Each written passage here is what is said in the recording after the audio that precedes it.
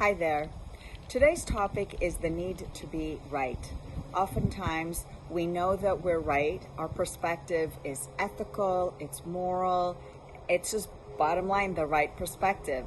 But what happens is we spend so much time and energy arguing with someone to prove to them that we are right. And what we're actually doing is making ourselves look worse. The more time we try to convince them that we are right, the more it looks like maybe we're not. And in fact, I encourage you to ask yourself, why is it so important for you to know that the others agree with you or know your perspective to be correct? Why is it upon you to convince them your perspective or your insight? Why is it just not enough to know that you're right?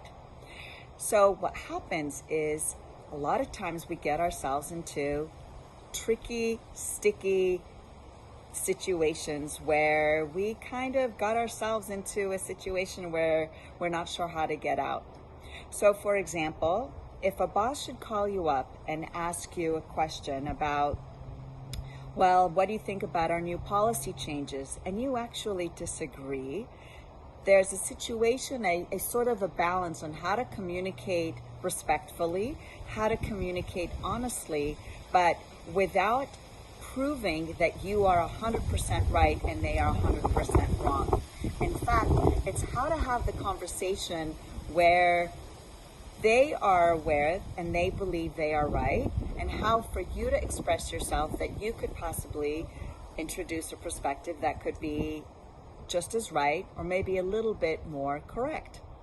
But when we do it in a manner that the delivery is insistent and stubbornly and egotistical, actually no one in the end is going to look or listen to what we have to say. Instead, they're going to focus on the delivery and not on the message.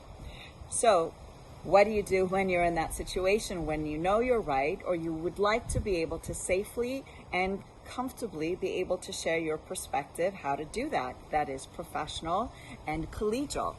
And I refer to that as, before you can be understood, it's first important to understand. So for example, find out what is their perspective. How did your boss come up with these new policy changes? What research did they do? Who did they ask? Who did they consult? What committees were involved? Who are the stakeholders in these new policy changes? And how can you become another stakeholder yourself? And the same with the other perspective. How can you help them understand why your perspective may be just as important or just as relevant and just as helpful in running this business, in this company, in your organization?